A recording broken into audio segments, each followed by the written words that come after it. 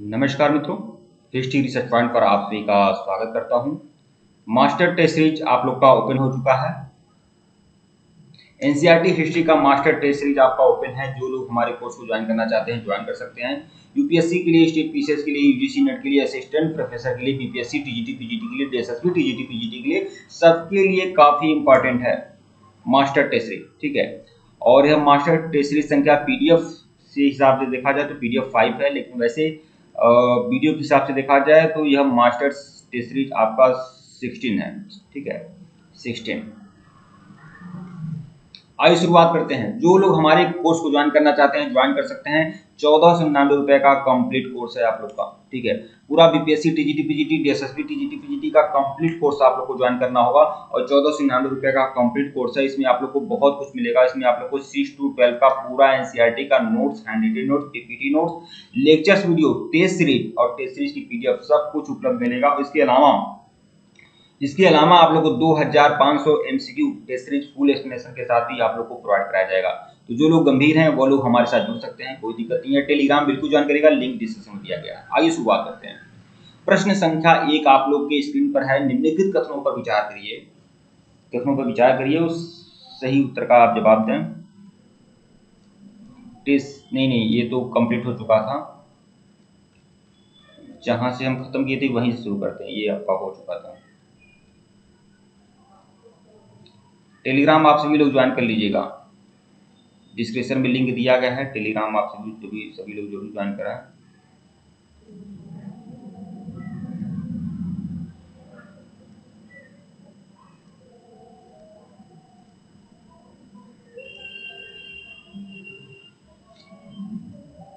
हाँ, यहाँ से आपको देखना है।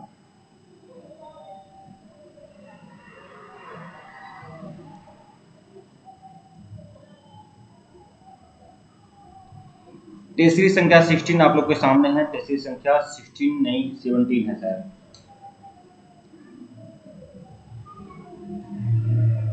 टेस्ट सीरीज संख्या 16 है। हाँ 16। शुरुआत करते हैं। थोड़ा तकनीकी समस्याएं हैं। टेस्ट सीरीज संख्या 16 है।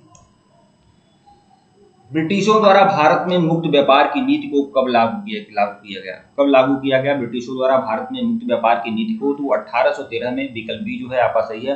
1813 के बाद भारत में मुक्त व्यापार की नीति को लागू किया गया। अंग्रेजों द्वारा 1813 में भारत के ऊपर एक तरफा मुक्त व्यापार की नीति लाद दी गई थी। ठीक है, प्रश्न संख्या 2 देखिएगा। 18वीं और 19वीं शताब्दी में भारतीय दस्तकारों और शिल्पकारों के पतन के प्रमुख कारण क्या थे? भारतीय दस्तकारों और शिल्पकारों के पतन के प्रमुख कारण क्या थे? क्यों शिल्पकारों और दस्तकारों का पतन हुआ? इंग्लैंड से आयात की जाने वाली मशीन निर्मित सस्ती वस्तुएं। ठीक है, इसकी वजह से भारतीय उद्योग धंधा चौपट हो गया।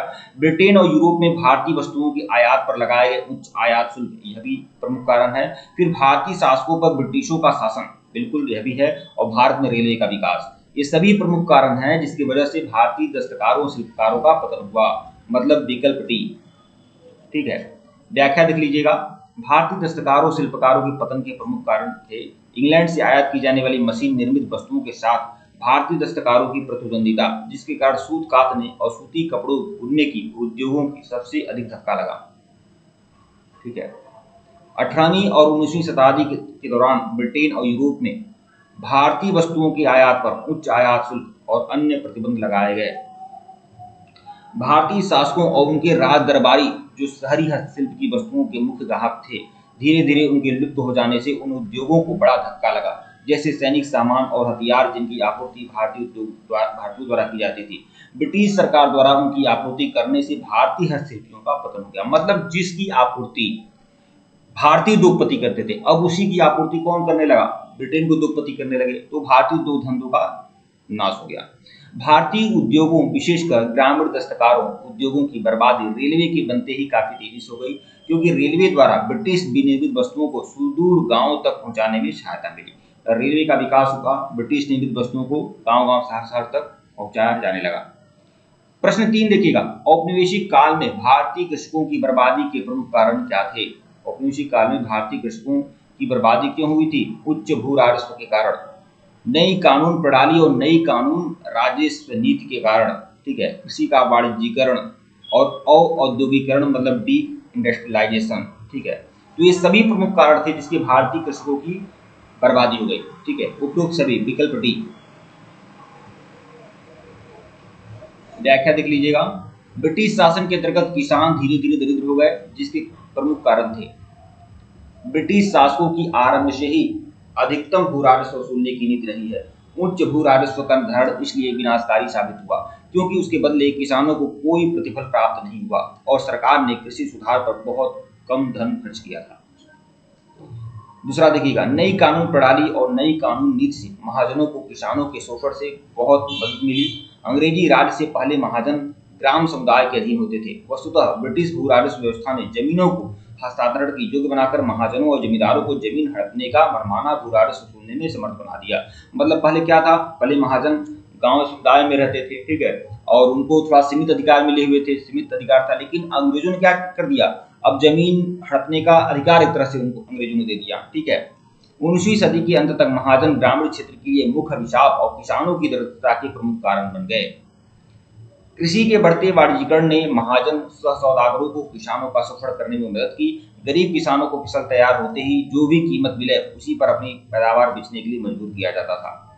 भारत में औद्योगिकरण होने और आधुनिक उद्योगों के अभाव के कारण कृषि पर अत्यधिक बोझ बढ़ा, क्योंकि दस्तकारों, शिल्पकारों और अन्य क्षेत्रों में कार्यरत लोग जीविका चलाने के लिए कृषि की ओर मुड़े। फलतः उत्पादन में वृद्धि तो नहीं हुई, बल्कि उस पर निर्भर लोगों की संख्या जरूर बढ़ गई। फलतः पतनशील कृषि अर्थव्यवस्था और भी जर्जर हो गई। तो ये सब प्रमुख कारण थे जिसकी वजह से भारतीय उद्योग धंधों का नाश हुआ। प्रश्न 5 देखिएगा, निम्नलिखित कथनों पर विचार करना है, तो विचार करिए। ब्रिटिश शासन के आरंभ में बंगाल और मद्रास के पुराने जमींदार तबाह हो गए थे। तो देखिए, ब्रिटिश शासन के आरंभ में क्या हुआ था, जो पहले से जमींदारी व्यवस्था थी, ठीक है, उस जमींदारी व्यवस्था को खत्म कर दिया अंग्रेजों ने और फिर से नई बोली लगवाया और फिर नए नए जमींदार जमीन की बोली लगाकर जमींदार बन गए। ठीक है, ब्रिटिश काल में जमींदारी प्रथा के प्रसार के कारण बिचौलियों का उदय हुआ, यह भी सही है। जमींदार और भूस्वामी ने स्वतंत्रता के लिए भारतीयों के संघर्ष का समर्थन किया, ये गलत है भैया। जमींदार और भूस्वामी जो थे वो अंग्रेजों के चाटुकार थे और उन्होंने स्वतंत्रता के लिए भारतीयों के संघर्ष का समर्थन नहीं किया। कुछ जमींदारों ने, कुछ राजे रजवाड़ों ने भारतीयों के संघर्ष में साथ दिया, लेकिन ज्यादातर लोगों ने नहीं दिया। तो 1 सही है और 2 सही है। उपरोक्त में से कौन सा कथन सत्य है, तो 1 और 2 मतलब विकल्प सी। व्याख्या देख लीजिएगा। पहला कथन सत्य है, ब्रिटिश शासन के आरंभ के दशकों में बंगाल और मद्रास के पुराने जमींदार तबाह हो गए। ऐसा खासकर सबसे उच्च बोली लगाने वाले को ही राजस्व वसूल के अधिकार नीलाम करने की वॉरेन हेस्टिंग्स की नीति के कारण हुआ। भू राजस्व का भारी बोझ, वसूली संबंधी सख्त कानून जिसके तहत राजस्व की अदायगी में विलंब होने पर जमींदारों को संपत्तियां कठोरता से नीलाम कर दी गई। दूसरा कथन सत्य है, जमींदारी प्रथा के प्रसार की एक उल्लेखनीय विशेषता थी बिचौलियों का उदय। जमींदारों और नए भूस्वामियों ने लगान वसूल करने की अपने अधिकार को लाभदायक शर्तों पर कुछ अन्य इच्छुक लोगों को दे दिया। अतः इन प्रक्रिया की एक श्रृंखला बन गई जिससे वास्तविक किसान और सरकार के बीच लगान पाने वाले अन्य बिचौलिया भी आ गए। तीसरा कथन सत्य है, जमींदार और भूस्वामी संरक्षित राज्यों के राजाओं के साथ विदेशी शासकों के राजनीतिक समर्थक बन गए। इन्होंने उदीयमान राष्ट्रीय आंदोलन का विरोध किया क्योंकि उनको महसूस हुआ कि उनका अस्तित्व ब्रिटिश शासन ने ही है। ठीक है,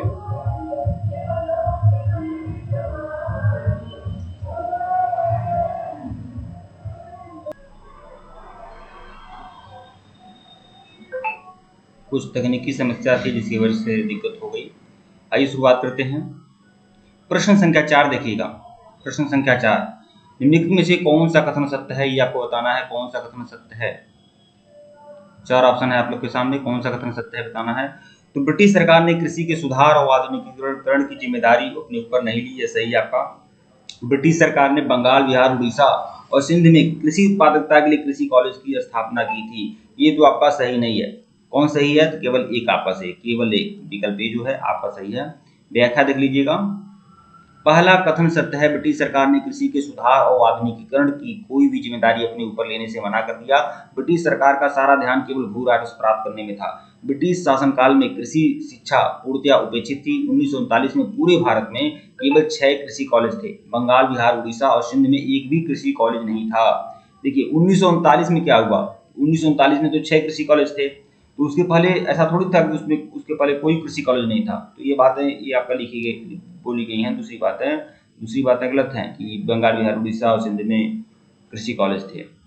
ठीक है। 1939 में केवल 6 कृषि कॉलेज था। प्रश्न संख्या 5 देखिएगा, भारत में पहला कपड़ा मिल कहाँ स्थापित किया गया? तो भारत में पहला कपड़ा मिल 1853 में बम्बई में स्थापित किया गया था। विकल्प बी जो है आपका सही है। व्याख्या देख लीजिएगा, भारत में पहला सूती कपड़ा मिल 1853 में काबस नाना भाई ने बम्बई में शुरू की थी। पहली जूट मिल 1855 में रिसरा बंगाल में स्थापित किया गया था। भारत में पहली कपड़ा मिल 1853 में काबस नाना भाई ने बम्बई में शुरू किया था। ठीक है, और पहली जूट मिल जो थी 1853 रिसरा बंगाल में स्थापित किया गया 55 में। ठीक है। प्रश्न 6 देखिएगा, औपनिवेशिक काल में अधिकतर आधुनिक भारतीय उद्योगों पर ब्रिटिश पूंजी लगी हुई थी। कारण क्या था? ब्रिटिश पूंजीपति भारतीय उद्योग में ऊंचे मुनाफे की संभावनाओं के कारण आकर्षित हुए थे। ठीक है, तो यह दोनों बातें सही हैं, कथन और कारण दोनों सही है। कथन कारण की सही व्याख्या करता है, विकल्प ए जो है आपका सही है। प्रश्न 1 देखिएगा, भारत में ब्रिटिश शासन के दौरान अधिकतर आधुनिक भारतीय उद्योगों पर ब्रिटिश पूंजी का स्वामित्व या नियंत्रण था, क्योंकि ब्रिटिश पूंजीपति भारतीय उद्योगों में ऊंचे मुनाफे की संभावनाओं के कारण उसकी ओर आकर्षित हुए थे। भारत में श्रम अत्यंत सस्ता था, कच्चा माल तुरंत और सस्ती दरों पर उपलब्ध था तथा तैयार वस्तुओं के लिए भारत और उसके पड़ोसियों का विशाल बाजार उपलब्ध था।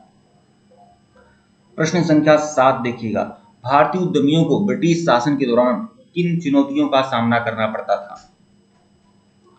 तो ब्रिटिश मैनेजिंग एजेंसी का, बैंक से मिलने वाले पूंजी की विभेदकारी दर का, रेलवे भाड़े की दरों में असमानता का, और देश में भारी और पूंजीगत वस्तुओं के उद्योगों का अभाव का। ठीक है, तो इस सभी का चुनौतियों का सामना करना पड़ रहा था भारतीयों को।